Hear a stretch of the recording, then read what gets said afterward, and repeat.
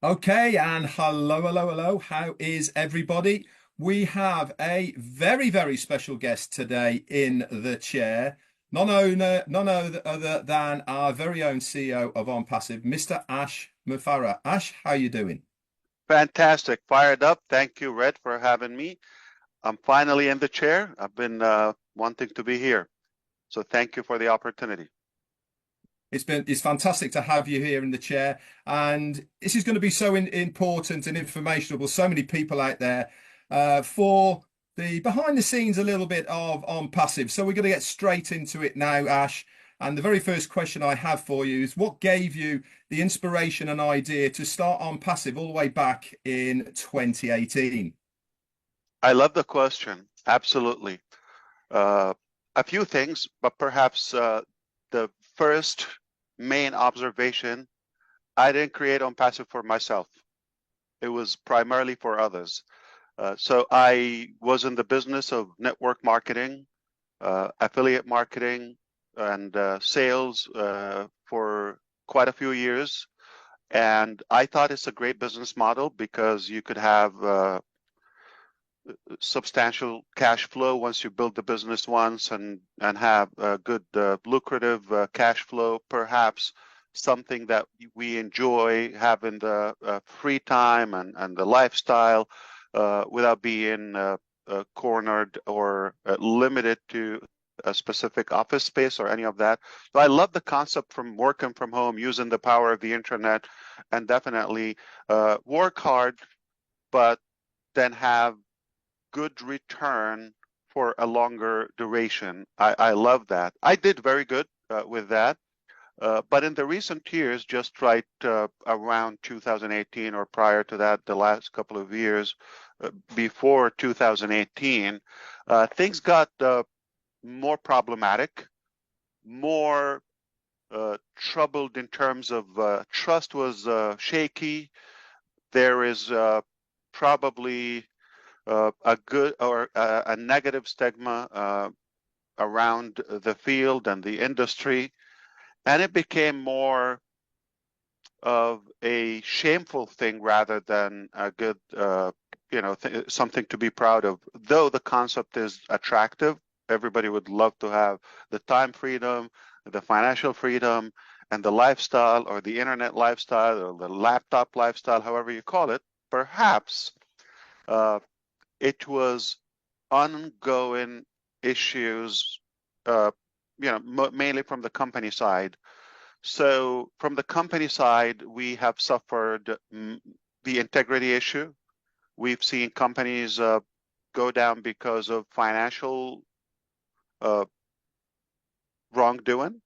We've seen companies with unuseful products or basically garbage. There's stuff in there and so on and so on, and or regulation wise and all of that, or not even a corporate, not even a standard business setup.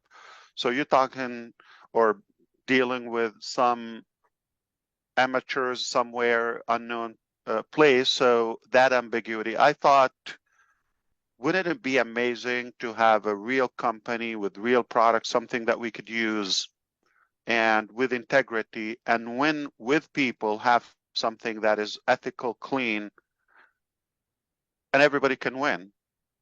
So that one side is about the business model. On the other hand, I always had that dream of a better technology that is less complicated, more affordable, and more accessible.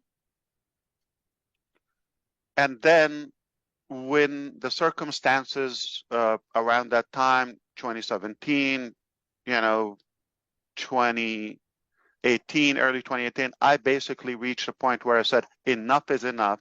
There's no Mhm. hope.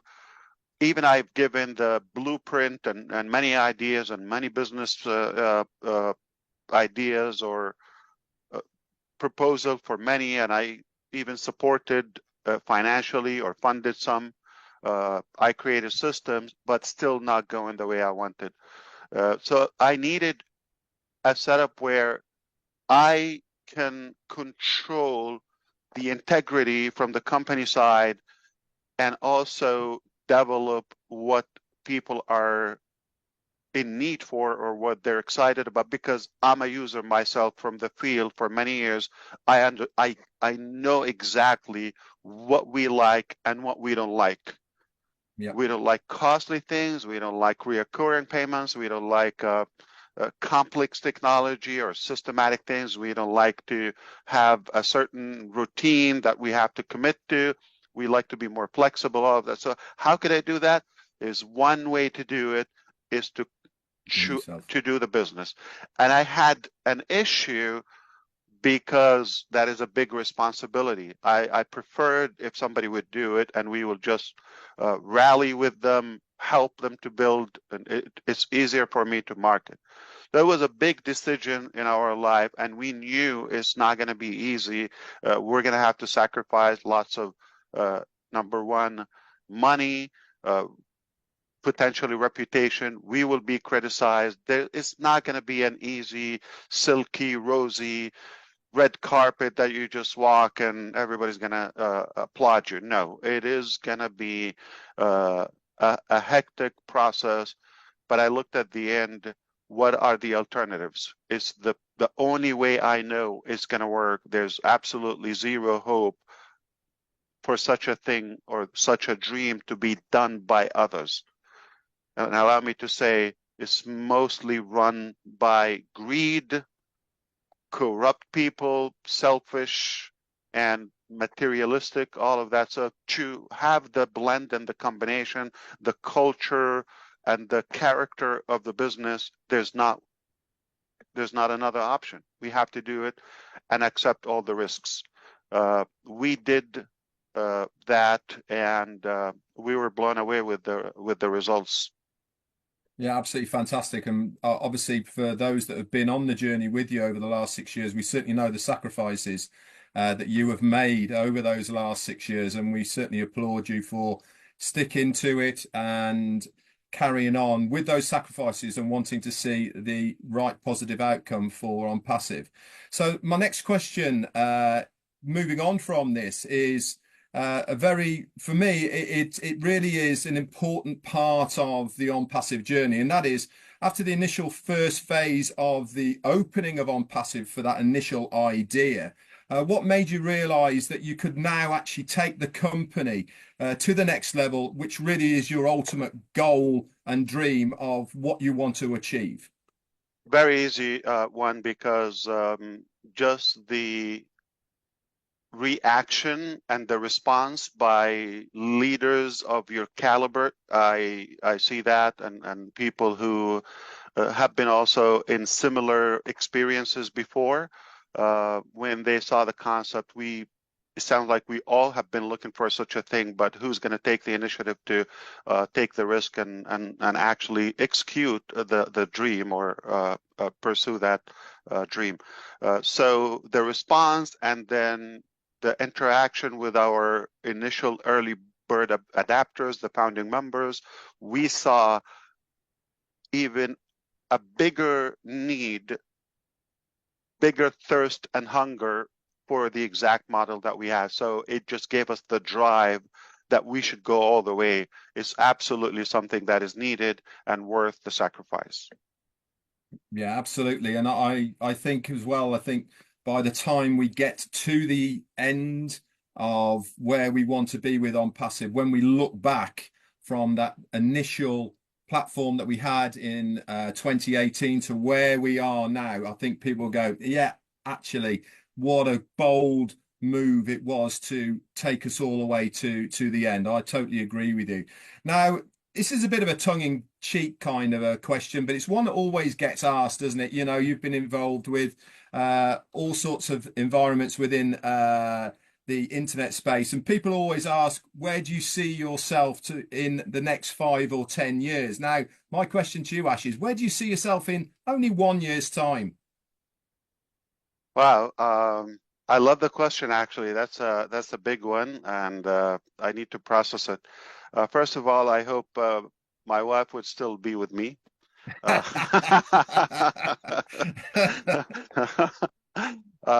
But on a serious note, I heard Jack Ma, which is the owner of Alibaba company, Chinese successful man.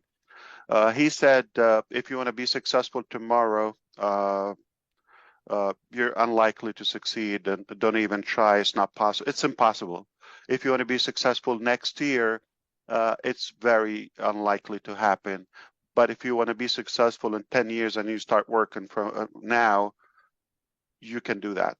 So it is possible when you take a range of 5 to 10 years segment in your life and do the preparation and do the hard work, whatever it takes, and be on a, say, scientific, practical, logical roadmap, it is possible. So I like the question because that is when and where people kind of like undermine and underestimate what could possibly happen in there, and they over exaggerate something that can't happen overnight.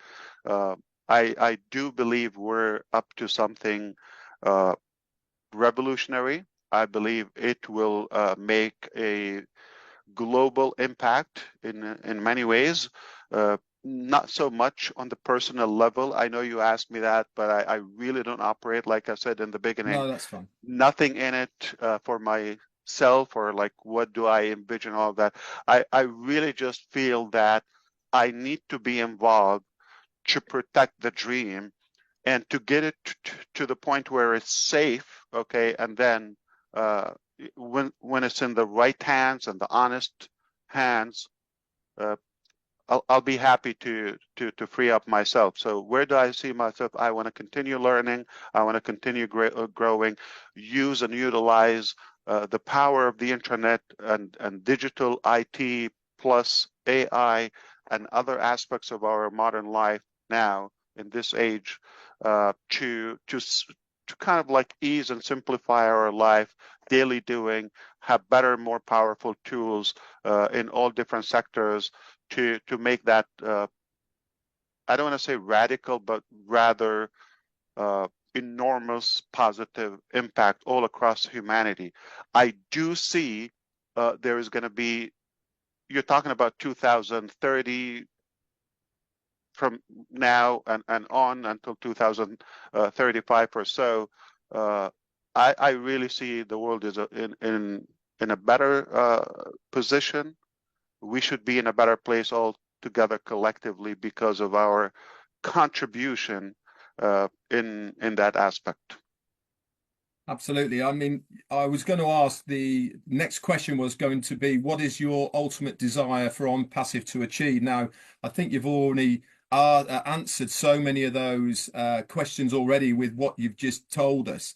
But could you simplify for me, where is it, are you looking at ONPASSIVE to be a solely business development company, or are you looking at it to make a real change for humanity and other areas? That's beautifully articulated. Read again. Thank you so much. I appreciate the question. So let me be very clear now. And the bottom line is we want to do good. And in what areas we do good? The things that we see, there's no hope on the same track that the world is headed right now. Perhaps there are some platforms or solutions that we use in our daily life. They're wonderful. They're amazing. That's not our lane. We applaud for them. We encourage them. We are users. Absolutely none of our business. That's a good thing.